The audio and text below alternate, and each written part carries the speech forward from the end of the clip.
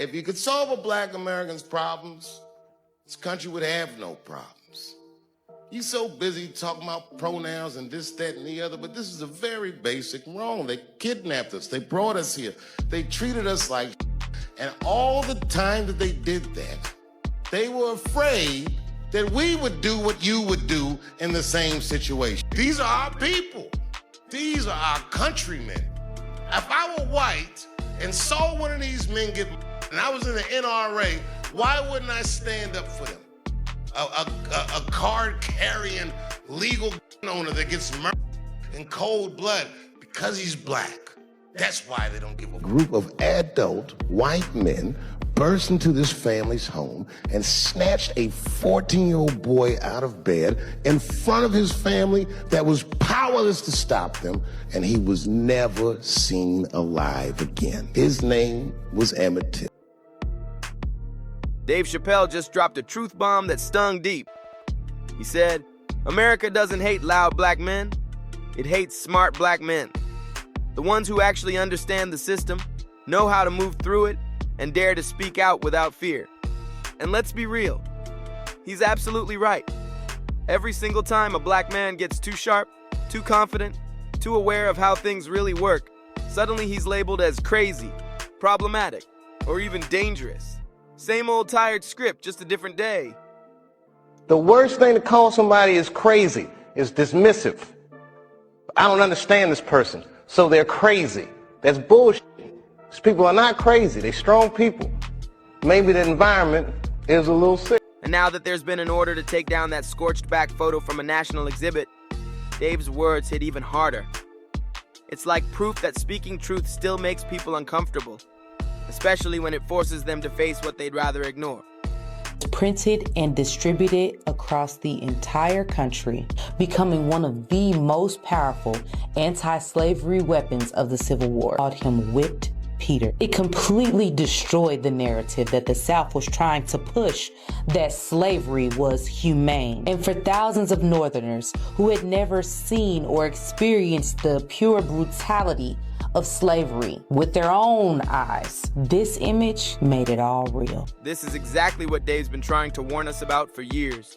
Remember, he straight up walked away from $50 million because he refused to let Hollywood own his voice. They called him insane, dragged his name through the mud, and he had to flee to Africa just to breathe again. But now, the truth's out. Dave Chappelle was never crazy. America just can't handle smart black men who know too much and speak too loud. It's the same tired pattern he's been exposing since the Chappelle Show days. People who say you're only interested in the Middle East for oil. What? Huh? Oil? Who said something about oil? You cooking?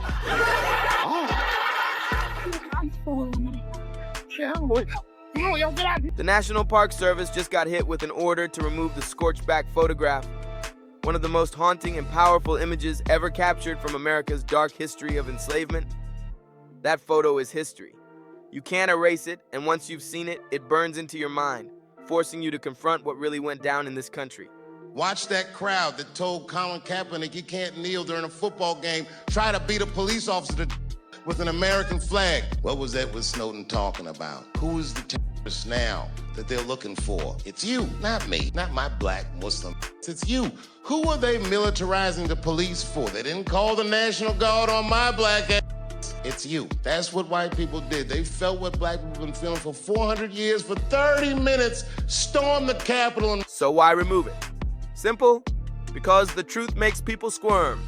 That image doesn't fit the shiny version of history America keeps trying to sell. It's the same old trick.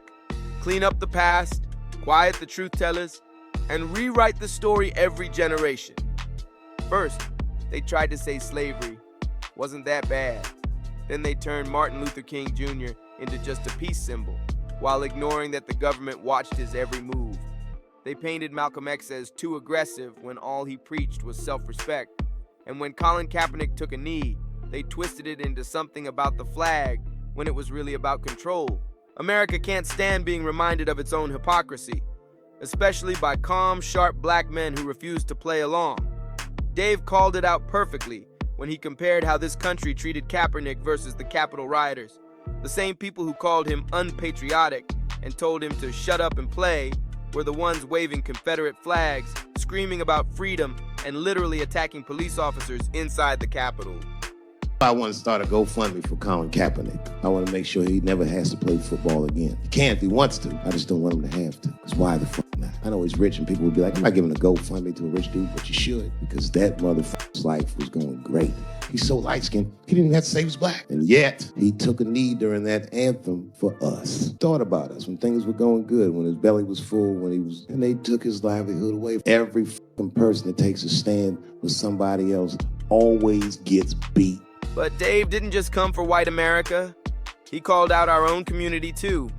He said too many black folks turned their backs on Colin Kaepernick when he needed them most. Instead of standing strong beside him, some were quick to call him divisive or say he was doing too much. And Dave made it clear. That's part of the sickness. That mindset that punishes smart, conscious black men the second they step out of line. It's like we've been conditioned to silence our own truth tellers before the system even gets the chance. And when we do that, we're doing the system's job for them, feeding the same machine that's been keeping us quiet for centuries. You have a problem with that? You know what you should do? You should sanction me. Sanction me with your army. Oh, wait a minute. You don't have an army. I guess that means you need to shut up. That's what I do if I didn't have no army. I would shut the up. That's right. And that right there is why Dave's voice hits different. He forces America, both black and white, to stare straight into the mirror, even when the reflection ain't pretty. What's wild is that his words still ring just as loud today as they did 20 years ago, when Chappelle's show first hit our screens. The truth never ages, and Dave's been spitting it non-stop. Never left this property, have you, Mr. Bigsby? No, sir, not in many years. What if I were to tell you that you are an African American? Sir, listen, I'm gonna make this clear. I'm in no way, shape, or form involved in any murder. You understand? Yes, sir, but nothing. Now, if you'll excuse me, I have a book signing to go to. Back then, everyone was cracking up at Chappelle's show, loving every wild sketch and joke. But behind the laughter, Hollywood and the power players saw something deeper. Dave's comedy had bite. His show wasn't just entertainment. It was truth wrapped in humor. Those legendary sketches like Black Bush and Clayton Bigsby weren't just funny. They were genius. They tore the mask off hypocrisy, called out politicians, and made people face the ugly, uncomfortable truths about race, class, and power in America. Dave wasn't just cracking jokes. He was shaking the table, and Hollywood didn't know how to handle that. So when they dangled that $50 million deal in front of him, they thought he'd fold like everyone else. But Dave flipped the script. He walked away. And that's when the pressure hit full blast.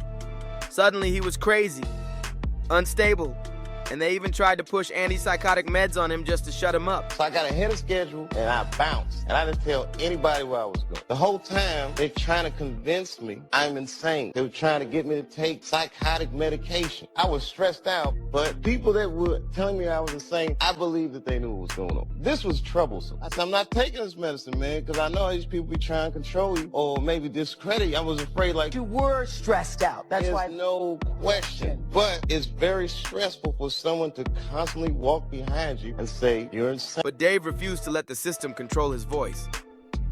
Walking away wasn't just about turning down millions. It was about keeping his freedom. And the fact that he had to flee the country, heading all the way to Africa without even telling his family, shows how real the danger felt to him. He wasn't paranoid. He was protecting himself. Dave's been in the game long enough to know what happens when a black man dares to step out of line and won't stay quiet. The higher-ups always find a way to try and shut him down. Remember when Martin Lawrence ran into the streets yelling that people were out to get him? Dave saw that moment and understood. Martin wasn't crazy. He was just pushed way past his limit. And Martin had a stroke. I was like, oh my God, Martin, are you okay? And he said, I got the best sleep I ever got in my life. That's how tough he is. So let me ask you this. What is happening in Hollywood that a guy that tough will be on the street waving a gun, screaming, they are trying to kill Why is Dave Chappelle going to Africa? Why does Mariah Carey make a $100 million deal and take her clothes off on TRL? Weak person cannot get to sit here and talk to you. Ain't no weak people talking to you. So what is happening in Hollywood? Nobody knows. When Dave came back from Africa, it was obvious he didn't return just to make people laugh. He came back to teach. And he did it the only way he knows how, through comedy that hits straight to the soul. Whether he's exposing cancel culture's double standards, dragging the media's fake narratives, or calling out how America treats its people differently based on skin color, Dave's jokes always carry truth. His comedy isn't just funny, it's a mirror, and it cuts deep. And this is a real question. I'm not joking around. Is it possible that a gay person can be... Do you really think so? Of course it's possible. Look at Mike Pence. No, I'm guessing, but I bet you he's gay. And he's not Pride Parade gay either. He's sad gay. Feel bad for him. He looks like one of them gays that prays about it. Jesus, please take these dirty feelings out of my heart. Please, Jesus, make these buttholes ugly to me.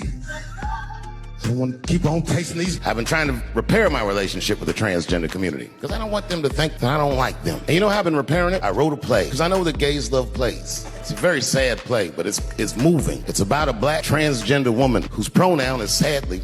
It's a tearjerker. At the end of the play, she dies of loneliness because white liberals don't know how to speak to her.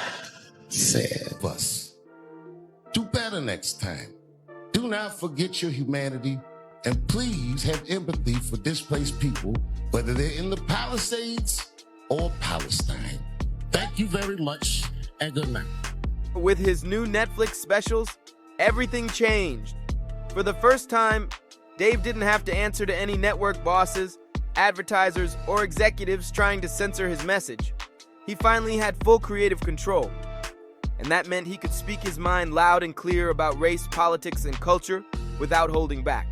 I like working for Netflix because when all those bad things happened to me, that company didn't even exist. And when I found out they were streaming Chappelle's show, I was furious. So you know what I did? I called them and I told them that this makes me feel bad. And do you want to know what they did?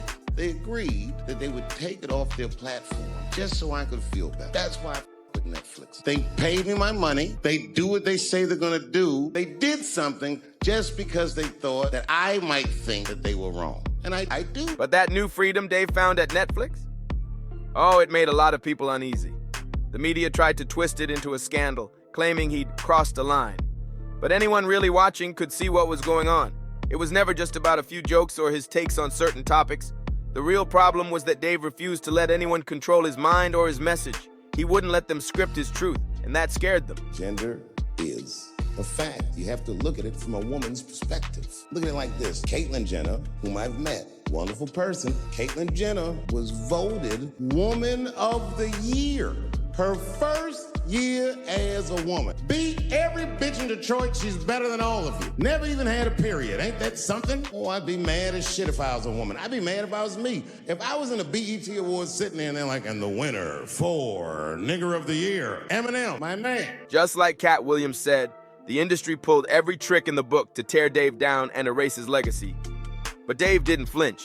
He stood taller and pushed back harder. He doubled down, using his platform to blast hypocrisy wide open and expose how society still punishes strong black men who dared to speak the truth. He turned their attempts to silence him into fuel and kept shining brighter. Dave Chappelle was decapitated in front of us. Then when he made $500 million, they said even though his contract said he should get half of it, they said he made too much for the contract to be valid, so we'll offer you 10% of what you made. And he said, what do you think my fans are gonna say when they find out you offered me 10% of what I made you? And they said, your fans will believe that you're a crazy crackhead by the time you get home. Fast forward to today. Just look at Dave and Kat now. They both survived the industry's chaos and came out stronger than ever. The real message? Be careful with the truth. Because when you speak it loud, people will try to call you crazy just to shut you up. Now, I want to hear what you think. Has Dave Chappelle changed since he went to Africa? Or is he still that same fearless truth teller shaking Hollywood to its core? And do you think a black man can really expose the gatekeepers and still make it out alive? Drop your thoughts in the comments hit that like button, subscribe, share, and I'll see you in the next one.